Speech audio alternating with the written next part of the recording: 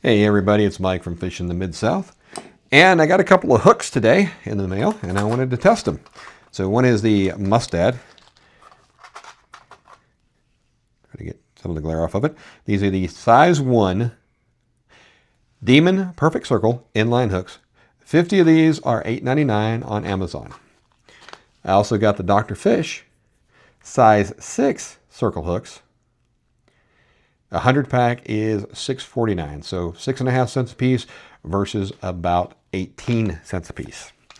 So almost 3 times the price for the Mustads.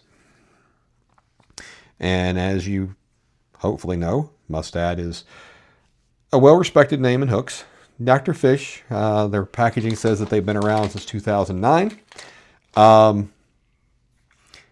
They are a less expensive hook, but we'll see how they perform.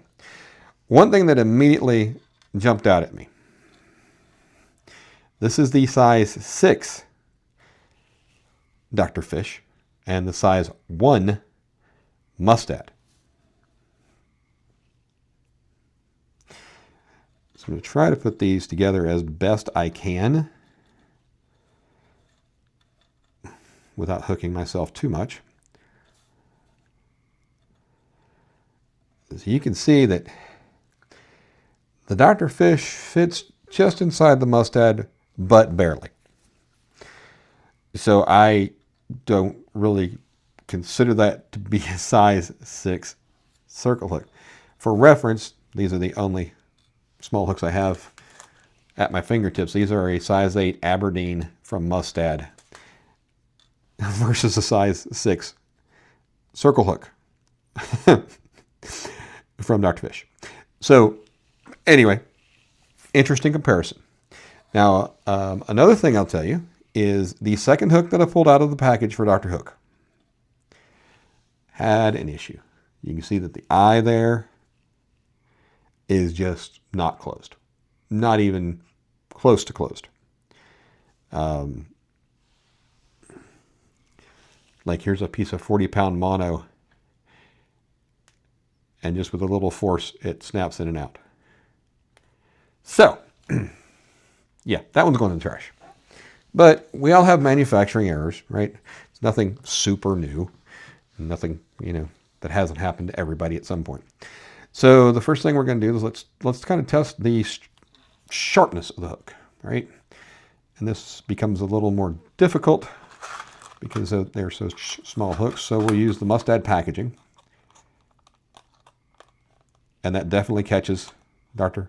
Hook definitely catches. No problems there. We'll take the Mustad. And again, definitely catches. So both are sharp enough to pass the fingernail test. So we'll move these guys off to the side.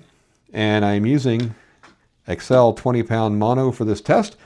Why Excel from Bass Pro Shops versus using the Trilene Big Game?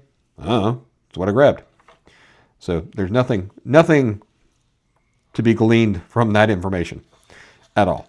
It's just what I grabbed. The length of the leaders on these are extremely close because I wanted to make sure that we were, that the line couldn't overcompensate for the hook, right? So, I mean, it's like, I don't know, less than a swivel length difference. Okay, so this is the Dr. Hook. Now, this is an offset hook, whereas the Demon Perfect Circle inline, whatever, is an inline hook. So we have the offset point versus the inline point. There's also a difference in the shape of these. So the Dr. Fish has more of that kale style bend in it, especially this very sharp bend right here, whereas the Demon Perfect Circle is more of a perfect circle. Anyway, just pointing that out. In other tests that I've done, the kale style hooks actually do very well because of how that final bend tends to hold the hook very well. So we'll set this up here real quick And I'll try to turn this so that hopefully the camera can see well here. So we're looking at how this is going to bend, right? And when we're going to lose the hook or the fish off the hook. So let's give it a crank here.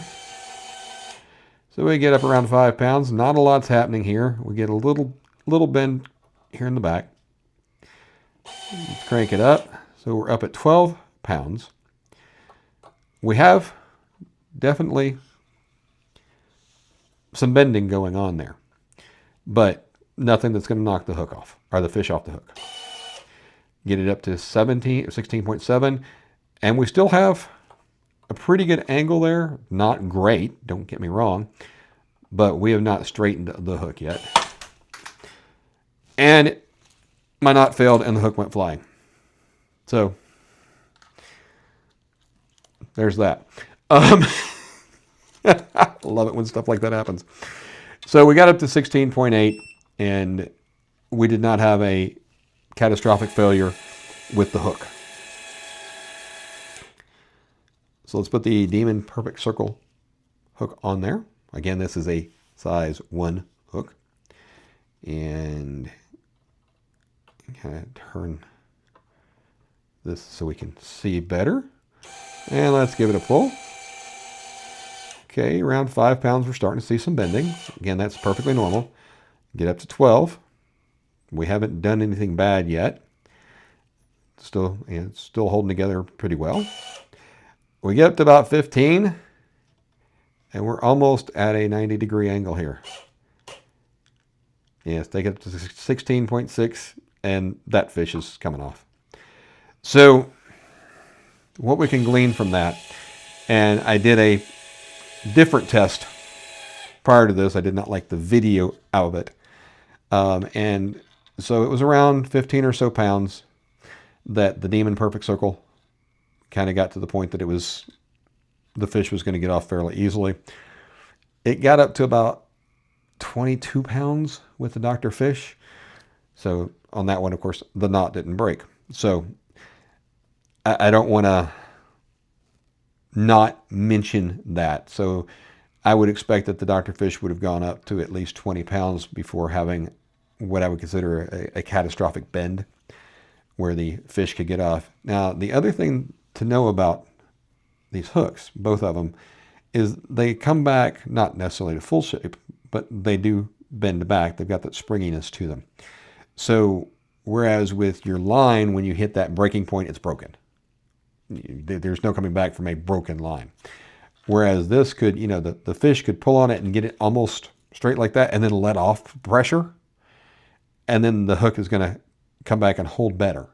So you don't necessarily lose the hook at that 16.6 pounds or at a little over 20 for the Dr. Fish. Whereas with the line, when it breaks. As we saw when the hook went flying across the room and all I had left was my swivel that I would have been reeling in. So this is information, is all I can call it. I am not remotely convinced that I got a size 6 hook with these Dr. Fish hooks. But, and it's disappointing to me. The reason it's disappointing to me is the reason I bought these, very specifically, was this was the smallest sized hook that I could find in a circle hook. And I wanted to use these for sabiki rigs to catch little pinfish about yay long. And I don't know that that's going to actually fit in their mouths. However, it's not a bad hook for pompano rigs, at least from what I've seen from the performance. Normally you're going to use anywhere from a size 1 to a size 2/0 for pompano. But like I said, this might make it to a size 2 in what I would consider normal hook sizes. And just a reminder for anyone who doesn't know, hook sizes are weird. There is no size 0. So everything below 0, well, actually, it's not really below 0. So we count smaller in the non-aughts. So a size 2 is bigger than a size 4, is bigger than a size 6, bigger than a size 8.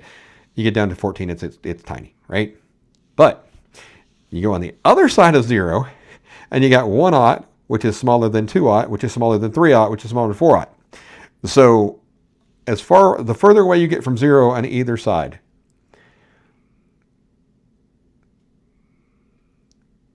zero, it just really doesn't make any sense, right? To be in the middle of that, because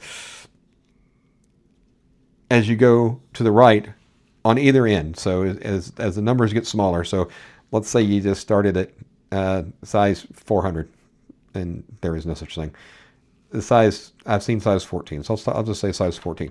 So from size 14 all the way up to 10, 15, 20, whatever, it's just going to keep getting bigger.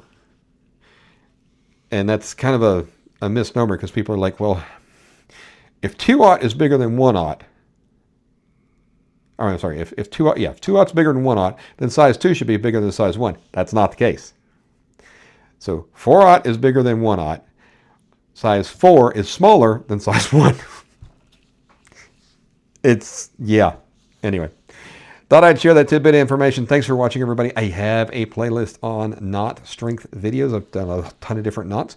I have a playlist as well on how to tie various knots.